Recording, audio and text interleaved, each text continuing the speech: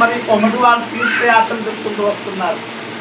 ఆ సత్యనారాయణతో అనుకున్నాడు, ఈ కొమటి వాళ్ళు నన్నే జ్ఞాపకం చేసుకుంటూ వస్తున్నారు, మరి వీళ్ళకి నా మీద ఎంత భక్తి ఎంత భావన ఉందో పరీక్ష చేస్తాను అని చెప్పి అనుకొని ఆ సత్యనారాయణ స్వామి ఒక సన్యాసి రూపంలో వచ్చాడు.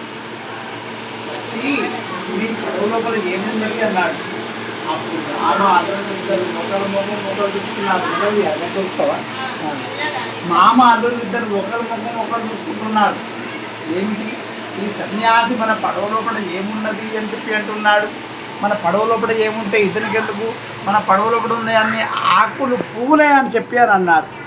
అప్పుడు ఆ మామ అల్లుడిని ఇద్దరు ఏమిటి అని ఆ విధముగా ఆకులు పువ్వులు మాత్రమే అని చెప్పి అనగానే ఆ సత్యనారాయణ స్వామి సన్యాస రూపంలో ఉన్న సత్యనారాయణ స్వామి సరే తదాస్తు అతనే కానీ అని చెప్పి వెళ్ళిపోయి ఒక చెట్టు కింద కూర్చున్నాడు.